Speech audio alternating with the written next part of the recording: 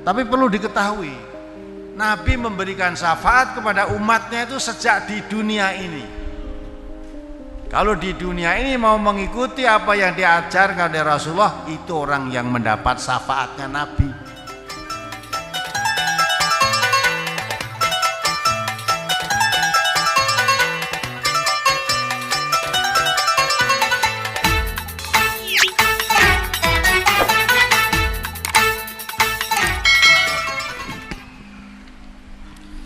Quran surat Al-Maidah nomor surat 5 ayat 104. Wa idza qila lahum ta'alu ila ma anzalallahu wa ila ar-rasuli qalu hasbuna ma wajadna alaihi aba'ana awalau kana aba'uhum la ya'lamuna syai'an wa la yahtadun. Dan apabila dikatakan kepada mereka, marilah mengikuti apa yang diturunkan Allah dan mengikuti Rasul, mereka menjawab, cukuplah bagi kami apa yang kami dapati nenek moyang kami mengerjakannya. Apakah mereka akan mengikuti juga nenek moyang mereka, walaupun nenek moyang mereka itu tidak mengetahui apa-apa dan tidak pula mendapat petunjuk? Enggak dipelajari. Jangan mengharapkan syafaat Nabi cuma rajin membaca sholawatnya, tetapi kalau disuruh mengikuti nabinya tidak mau, ya.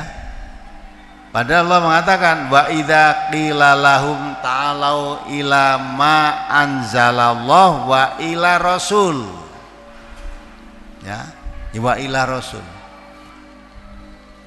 Kalau dikatakan kepada mereka, ikutilah ma anzalallah, apa yang diturunkan oleh Allah, wa ila rasul, dan ikuti apa yang diturunkan oleh Allah dan kepada rasulnya. Ikutilah Allah, ikuti rasulnya, ya.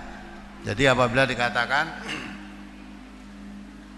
ikuti apa yang diturunkan Allah dan ikutilah Rasulullah, kalau memang menginginkan mendapat syafaat dari Rasul, mestinya jawabnya sami'na wa ata'na. Ya, saya mendengar, saya taat, mestinya gitu. Tapi ini tidak. Kalau disuruh mengikuti Allah, yang diturunkan Allah maksudnya Al-Quran, dan disuruh mengikuti Rasulullah maksudnya sunnahnya, jawabnya apa? Hasbuna ma wajadna alaihi aba'ana. Cukuplah untuk kami apa yang kami dapati bapak-bapak kami mengerjakannya. Tidak usah mengikuti Allah, tidak usah mengikuti Rasul, cukup mengikuti yang dilakukan oleh bapak-bapak kami dahulu. Terus Allah meneruskan, awalau kana abauhum la ya'lamuna syai'an wa la yahtadun. Apakah kalau bapak-bapak mereka tidak mengetahui apa-apa dan tidak mendapat petunjuk juga akan diikuti? Oh iya, loh katanya ingin mendapat syafaat Nabi. Nah mestinya apa yang dituntunkan Nabi kamu ikuti. Enggak kok, saya mengikuti warisan bapak-bapak saja kok. Itu menyalahi Nabi, tidak apa-apa. Nah kalau memang tidak apa-apa, jangan mengharap syafaatnya Nabi. Karena Nabi kita menerangkan orang yang mendapat syafaat pertolongan, yaitu siapa mengikuti Al-Quran. Kalau Al-Quran di depannya, kamu di belakang mengikuti Quran, kamu dapat syafaatnya, ya. Maka Nabi perintahkan, karena Allah memerintahkan. Apabila dikatakan ikutilah apa yang diturunkan oleh Allah, maksudnya Al-Quran, maka Nabi perintahkan ikuti Quran. Kemana Quran membawa kamu? Karena kita yakin Quran itu pasti membawa kepada keselamatan. Maka tidak perlu ragu-ragu, Quran itu membawa kemana saja kita turut terus masuk surga kamu. Nah itu perintahnya Nabi. Nah kalau kita ingin dapat sahabat perintah Nabi tidak ditaati, mengikuti bapak, apakah sekalipun bapakmu tidak mengetahui apa-apa, tidak mendapat petunjuk kebenaran juga kamu ikuti?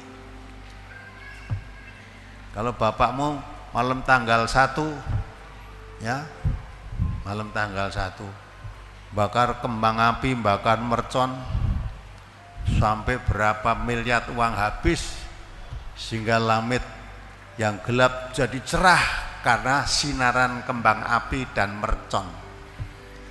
Bapak-bapaknya dulu setiap tahun ya begitu kok.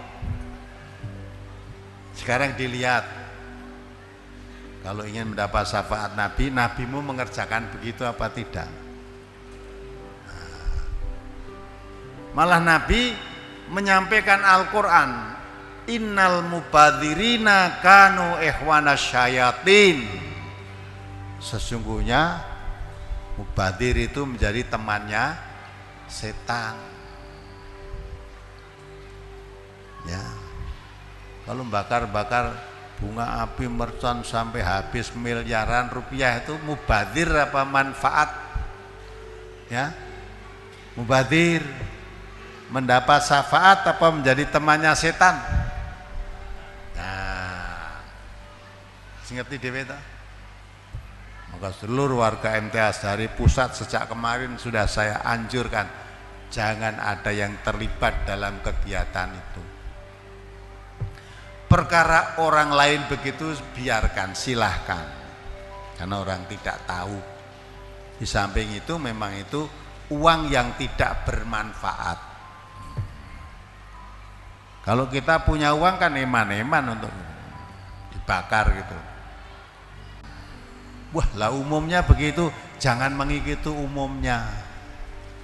Kalau kamu beragama ikuti umumnya orang, kata Allah ini, wa intu te aktsara man fil ardi yudilluka an sabilillah. Kalau kamu hanya mengikuti umumnya orang di muka bumi ini, kamu tersesat dari jalan Allah. Iyattabi'una illa dhanna, karena mereka itu hanya berdasarkan kira-kira, berprasangka. Wa inhum ilayah rusun, dan mereka itu hanya memperbanyak berbuat dosa dan dosa.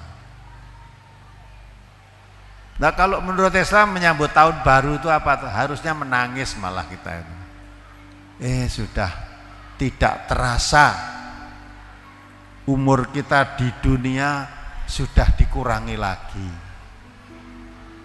Ya, sudah kurang setahun. Kalau mungkin umur kita masih 5 tahun, potong lagi setahun berarti tinggal 4 tahun. Lah kok malah jengklean, hura-hura, senang-senang. Kamu harapkan apa? Apa sangumu sudah cukup menghadap Allah nanti? Maka kalau orang menurut Islam, bertambahnya bilangan tahun, sadar, oh berarti saya makin dekat ke kubur ini. Kontrak saya hidup di dunia sudah akan habis, potong lagi setahun. Masih berapa lama lagi kita hidup ini? Ya. Terus apa yang diharapkan?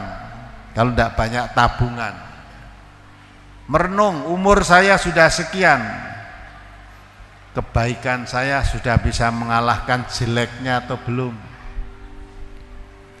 Kalau umurmu 40 tahun, kebaikanmu belum bisa mengalahkan kejelekanmu, sudah ambil pesan tempat duduk di neraka. Dan tidak usah repot-repot. Kalau umur 40 tahun kok jeleknya masih menang daripada baiknya, baiknya masih lebih sedikit daripada jeleknya, sudah ambil tempat duduk aja di neraka. Nah ini, maka setiap saat kita selalu mengharap syafaat Nabi. Syafaat Nabi itu apa? Ya toh? Kalau sekiranya Nabi bisa mensyafaati orang di akhirat besok, mestinya orang ini masuk neraka bisa disyafaati masuk surga. Nabi tidak perlu menangis ketika Abu Thalib pamannya meninggal dunia, dituntun supaya membaca kalimah syahadat tidak mau. Data cukup nanti disafaati Nabi. Nabi ketika ziarah ke kubur ibunya, tahu-tahu nangis Abu. Sahabat bertanya, ya Rasulullah, kenapa kamu menangis? Saya menziarahi kubur ibuku diizinkan oleh Allah, tetapi memohonkan ampun tidak diizinkan. Ya. Ketika ada orang tua tanya kepada Nabi, menanyakan tentang ibunya, tidak bisa memohonkan ampun dan ibunya masuk neraka. Orang itu menangis. Nabi juga mengatakan, hei, jangan menangis, ibuku juga di neraka. Ibunya Nabi, orang mungkin tidak berbahasa ibunya Nabi di neraka. Ya, kita kok tidak masuk akal gitu. Ibunya Nabi masuk neraka. Apa kamu juga tidak percaya kalau bapaknya Nabi masuk neraka? Bapaknya Nabi siapa? Bapaknya Nabi Ibrahim itu masuk neraka. Padahal Nabi Ibrahim itu Khalilullah, kekasih Allah.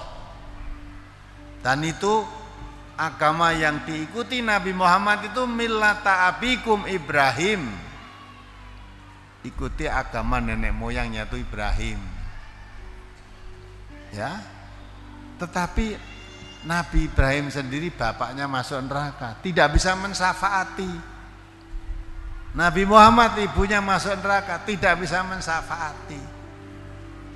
Saya mengatakan ibunya Nabi masuk neraka itu ada yang marah. Padahal yang mengatakan ibunya Nabi masuk neraka itu yang mengatakan Nabi, bukan saya. Saya tahu dari mana, kenal aja tidak. Ya. Berdasarkan hadis Nabi, Nabi sendiri menangisi karena tidak boleh mendoakan ibunya. Ya, karena tidak pernah mau belajar hadis-hadis Nabi yang tidak belajar, sing dipelajari mau ngarep syafaat. Betul, ngarep syafaat itu betul, tapi perlu diketahui, Nabi memberikan syafaat kepada umatnya itu sejak di dunia ini. Kalau di dunia ini mau mengikuti apa yang diajarkan oleh Rasulullah, itu orang yang mendapat syafaatnya Nabi. Tidak mau mengikuti Nabi, kalau disuruh mengikuti Allah dan Rasulullah, dia menjawab, cukup saya mengikuti bapak-bapak saya, nenek-nenek moyang saya saja. Jangan harapkan masuk, jangan mengharapkan dapat syafaatnya Nabi.